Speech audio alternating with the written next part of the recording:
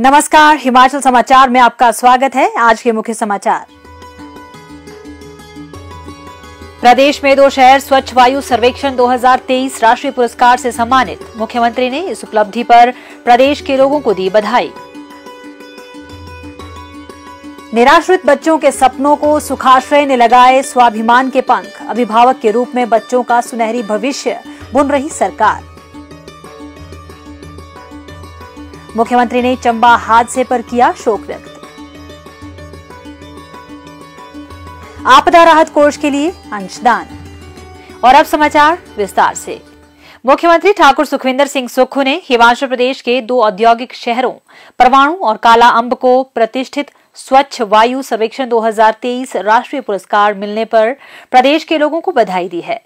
उन्होंने कहा कि यह पुरस्कार जिम्मेदार और पर्यावरण के प्रति जागरूक पर्यटन, स्थानीय समुदायों के सक्रिय सहयोग और सरकारी एजेंसियों के समन्वित व निरंतर प्रयासों के कारण संभव हो सका है। मुख्यमंत्री ने कहा कि राज्य सरकार पर्यावरण के साथ संतुलन बनाए रखते हुए सतत विकास हासिल करने के लिए प्रतिबद्ध है। उन्होंने कहा कि विकास और पर्यावरण चेतना के बीच सामंजस्य की दृष्टि से प्रदेश हरित राज्य बनने की दिशा में अग्रसर है। उन्होंने कहा कि राज्य सरकार ने सभी हितधारकों के सहयोग से 31 मार्च 2026 तक हिमाचल प्रदेश को हरित ऊर्जा राज्य के रूप में विकसित करने का लक्ष्य निर्धारित किया है। इस उद्देश्य के प्रति प्रतिबद्धता राज्य के बजट में स्पष्ट रूप से दर्शाई गई है, जो हरित ऊर्जा पहल को प्राथमिकता देता है।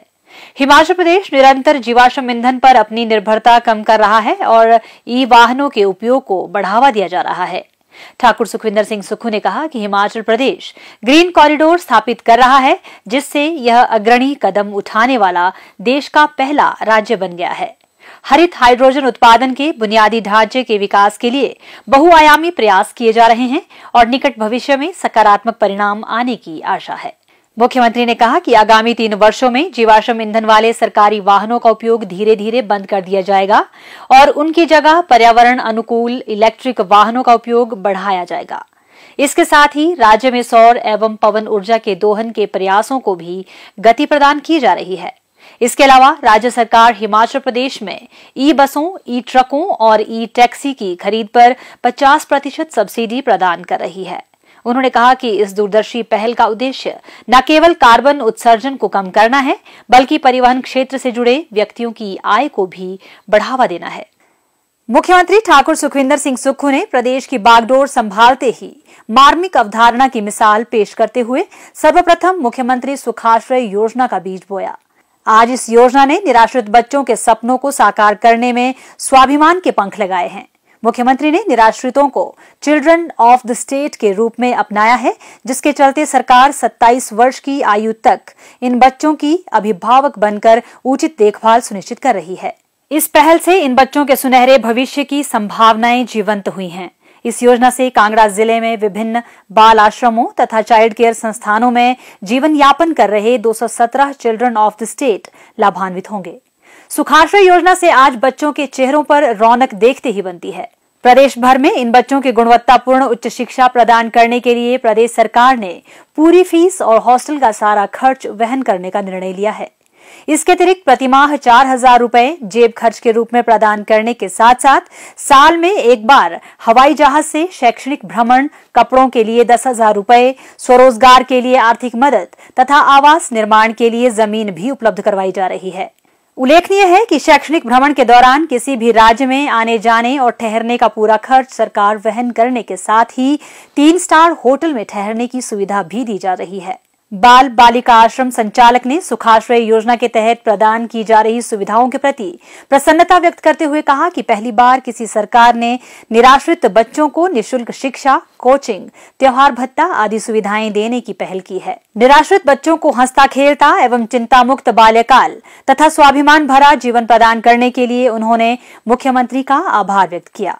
इस समय सुखाश्रय योजना जो राज्य सरकार द्वारा चलाई जा रही है, उसमें हर पर में बच्चे को 500 रुपये प्रति बच्चा जो है वो सरकार द्वारा जो है वो दिया जा रहा है। इसके अलावा मुख्यमंत्री द्वारा आफ्टर केयर की जो एक सेवा है, जो योजना है, जो बच्चों के लिए शुरू की गई है, जो कि जैसे कि 18 साल तक के जो बच्चे पहले, उसके बाद जो है बच्चों को कहीं ना कहीं भेज दिया जाता था, अब उनकी जो एज बढ़ाकर जो है वो 18 से 27 वर्ष कर दी गई है, ताकि वे वोकेशनल कोर्स जो सरकार द्वारा शुरू किए गए हैं उनका भी लाभ जो है वो बच्चों को मिल सके, ताकि बच्चे यहाँ वहाँ दर दर ना भटक सके।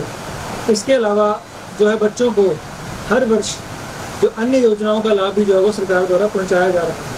इसके अलावा मैं सरकार का बच्चों के लिए बहुत बहुत धन्यवादी हूँ कि जो बच्चे निराश्रित हैं इनके लिए सरकार द्वारा जो है वो इस हद तक सोचा जा रहा है कि वे अपने पैरों पर जो है वो खड़े हो सकें और किसी न किसी कोर्स करके वे किसी न किसी मुकाम तक पहुंच पाएं।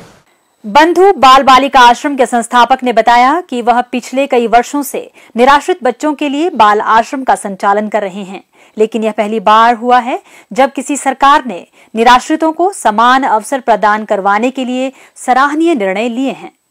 मुख्यमंत्री ठाकुर सुखविंदर सिंह सुक्खू ने वीरवार को जिला चंबा के झुलाड़ा गांव में हुए हादसे में 3 लोगों की मृत्यु पर शोक व्यक्त किया है।